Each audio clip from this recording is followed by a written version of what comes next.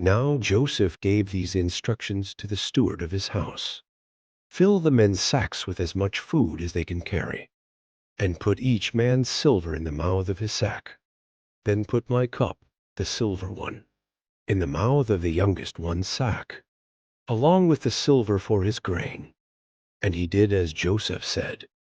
As morning dawned, the men were sent on their way with their donkeys. They had not gone far from the city when Joseph said to his steward, "Go after those men at once, and when you catch up with them, say to them, 'Why have you repaid good with evil? Isn't this the cup my master drinks from, and also uses for divination? This is a wicked thing you have done.'" When he caught up with them, he repeated these words to them. But they said to him, "Why does my lord say such things? Far be it from your servants to do anything like that. We even brought back to you from the land of Canaan the silver we found inside the mouths of our sacks. So why would we steal silver or gold from your master's house? If any of your servants is found to have it, he will die, and the rest of us will become my lord's slaves." "Very well then," he said, "let it be as you say. Whoever is found to have it will become my slave. The rest of you will be free from blame."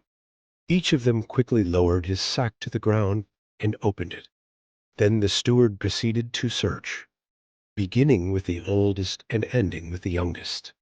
And the cup was found in Benjamin's sack. At this they tore their clothes. Then they all loaded their donkeys and returned to the city. Joseph was still in the house when Judah and his brothers came in, and they threw themselves to the ground before him. Joseph said to them, "What is this you have done? Don't you know that a man like me can find things out by divination? What can we say to my lord?" Judah replied, "What can we say? How can we prove our innocence? God has uncovered your servant's guilt. We are now my lord's. Slaves we ourselves and the one who was found to have the cup." But Joseph said, "Far be it from me to do such a thing.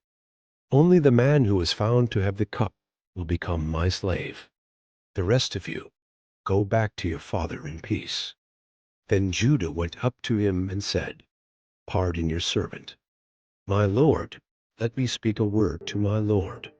Do not be angry with your servant, though you are equal to Pharaoh himself." My lord asked his servants, "Do you have a father or a brother?" And we answered, "We have an aged father, and there is a young son born to him in his old age. His brother is dead, and he is the only one of his mother's sons left, and his father loves him."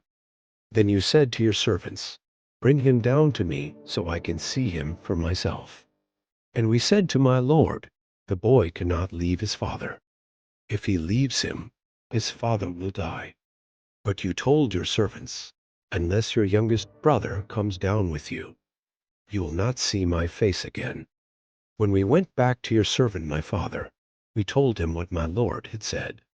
Then our father said, "Go back and buy a little more food." But we said, "We cannot go down. Only if our youngest brother is with us will we go. We cannot see the man's face unless our youngest brother is with us."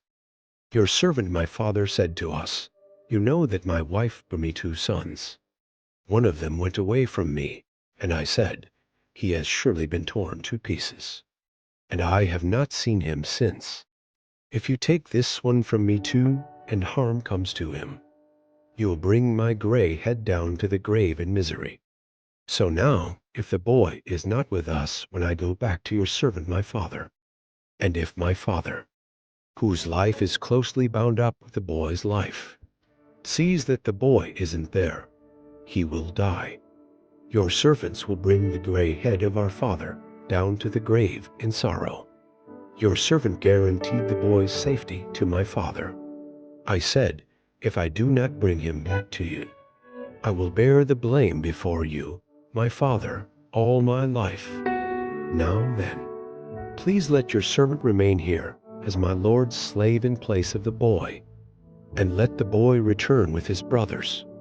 How can I go back to my father if the boy is not with me? No. Do not let me see the misery that would come on my father."